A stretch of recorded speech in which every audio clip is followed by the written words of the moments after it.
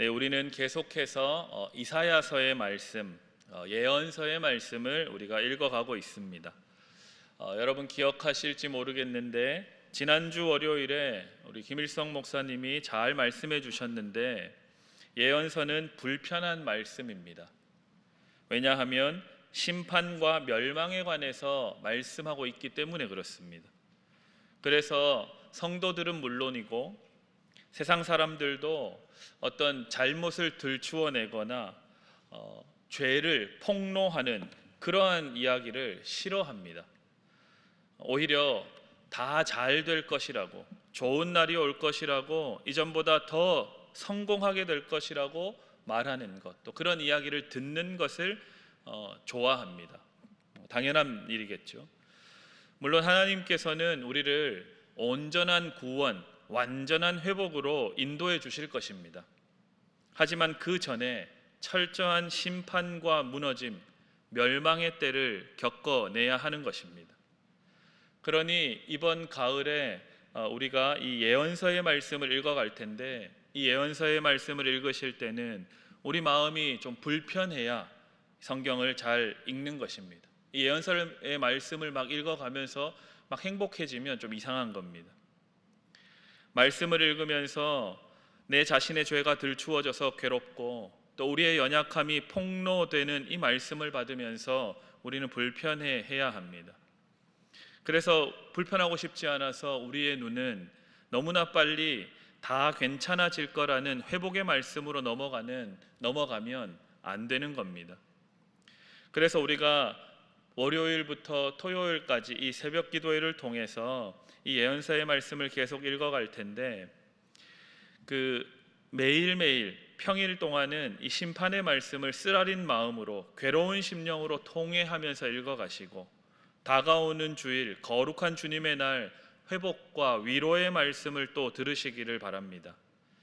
교회의 전통을 살펴보면 매 주일은 작은 부활절로 여기면서 지켰었습니다.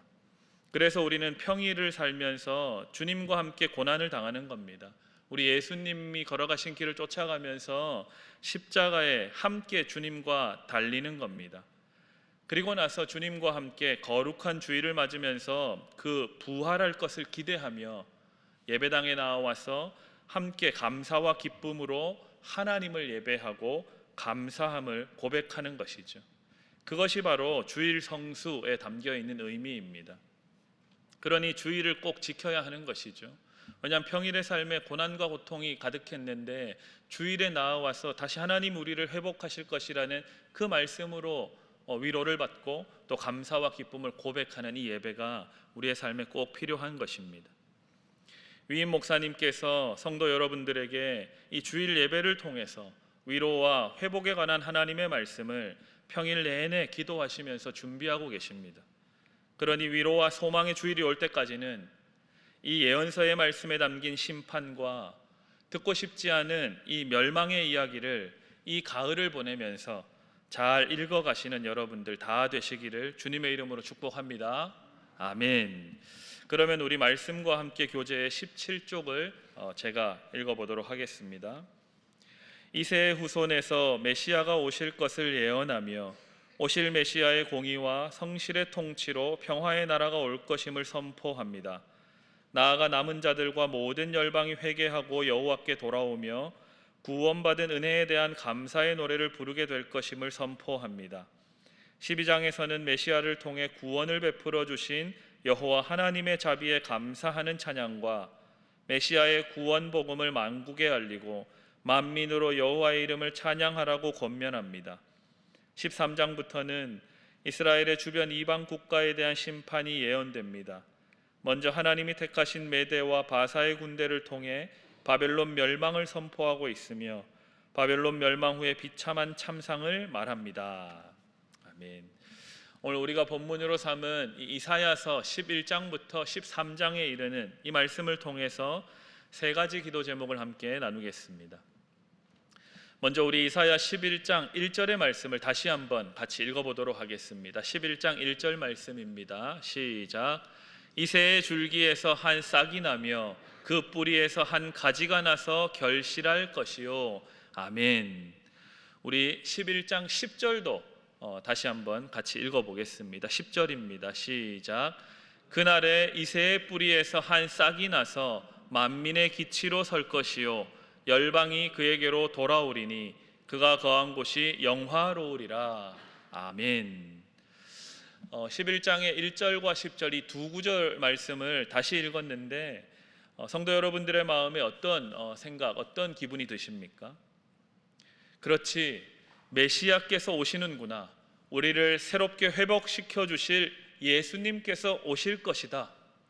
우리는 이 신약 성경을 이미 다 읽고 잘 알고 있기 때문에 이 두 구절만 봐도 회복과 구원에 관한 말씀으로 아주 자연스럽게 받아들이게 됩니다. 아, 예수님에 대한 예언이구나, 이런 생각을 하게 됩니다.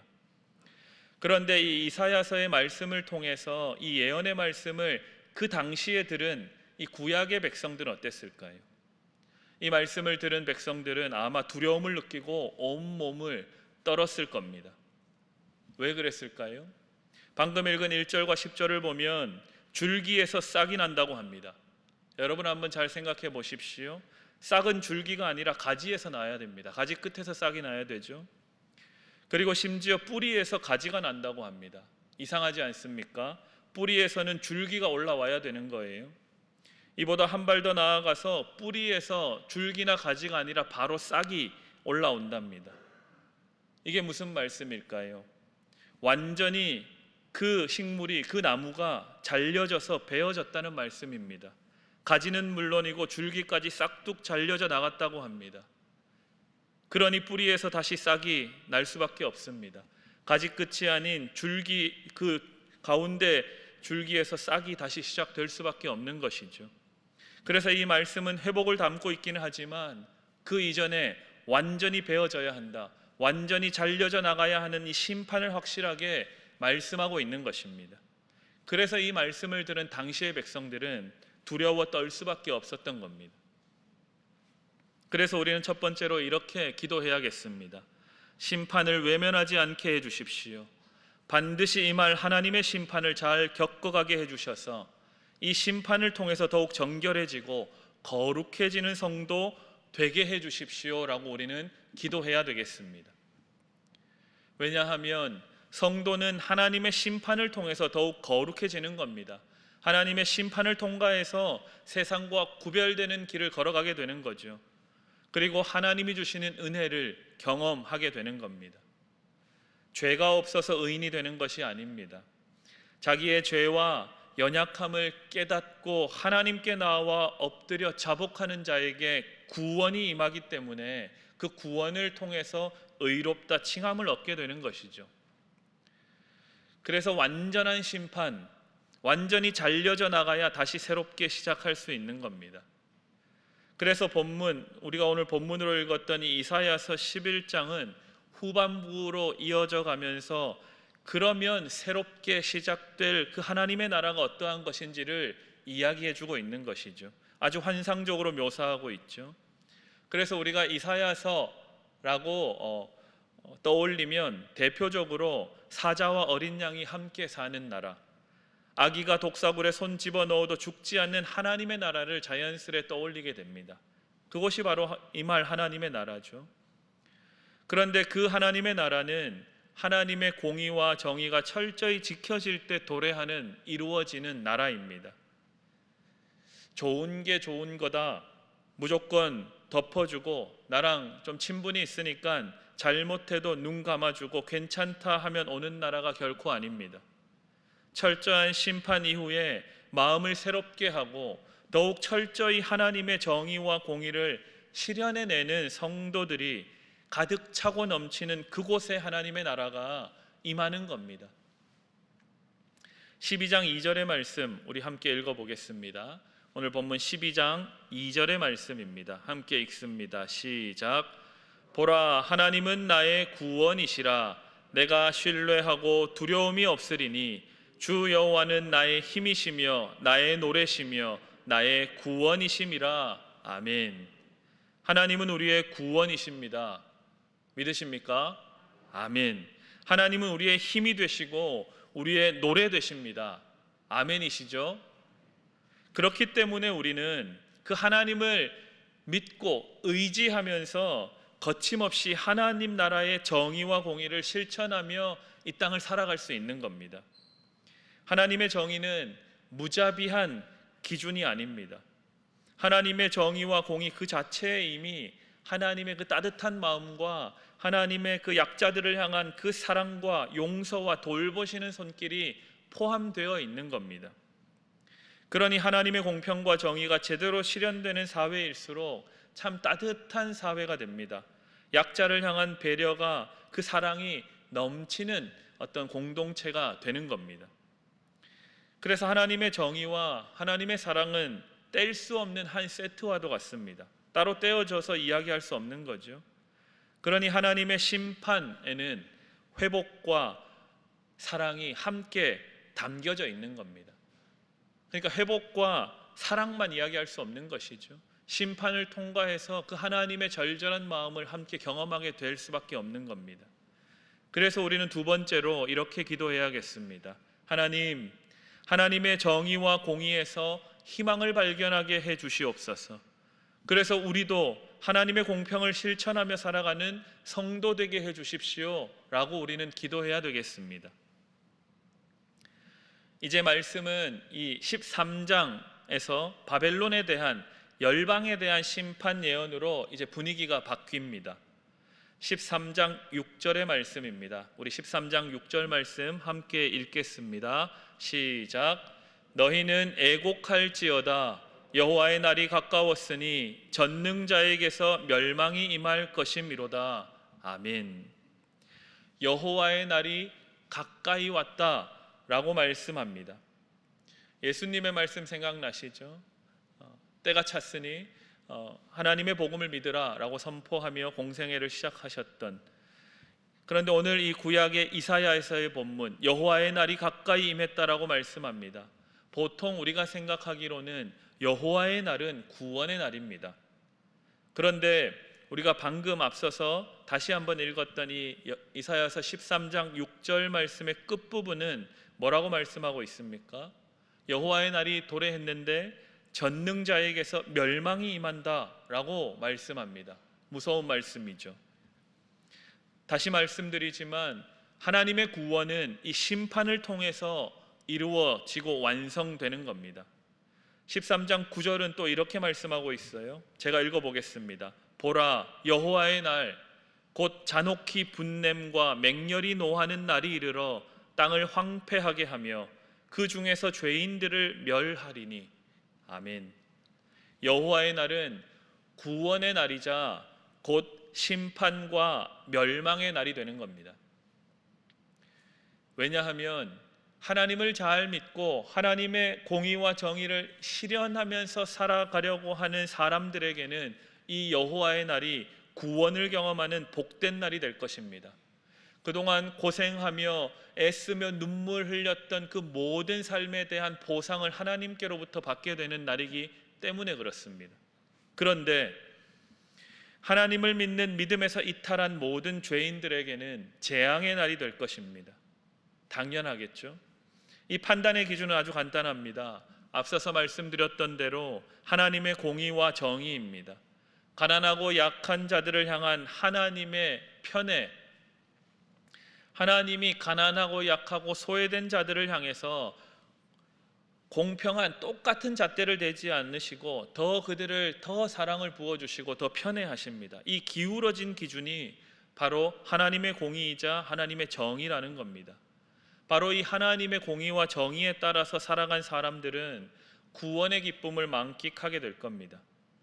반면에 이 바벨론 제국처럼 자신의 힘과 능력만을 맹신했던 사람들, 그래서 가난하고 약한 자들을 배려하지 않고 무조건적인 도움을 베풀지 않는 것을 하나님께서는 죄로 여기십니다. 그래서 전능자의 맹렬한 분노로 멸망시키겠다라고 말씀하고 계신 겁니다. 그래서 우리는 세 번째로 이렇게 기도해야 되겠습니다. 하나님, 어떤 상황에서도 가난하고 약한 자들을 향한 긍휼의 손길을 잊지 않게 해 주십시오. 교회가 하나님의 손과 발이 되어서 하나님의 공의와 정의를 실천하게 해 주시옵소서라고 우리는 교회를 위해서 기도해야 되겠습니다.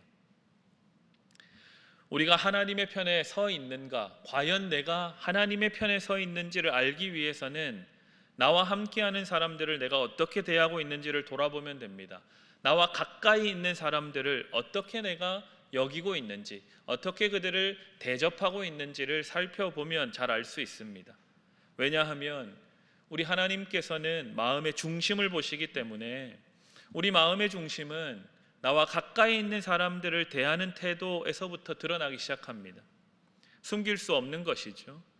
멀리 있는 사람들, 가끔 만나는 사람들에게는 얼마든지 괜찮은 사람으로 자신을 속일 수 있습니다. 포장해낼 수 있는 것이죠. 대충 말로 때울 수도 있습니다. 하지만 우리 하나님께서는 정확하게 아십니다. 그 사람의 마음에 하나님의 공의와 정의가 있는지, 하나님의 사랑이 있는지 없는지를 우리 하나님께서는 아신다는 말입니다. 성도 여러분의 삶의 자리마다 하나님의 심판이 있기를, 그리고 구원의 기쁨이 차고 넘치시기를 주님의 이름으로 축복합니다. 아멘.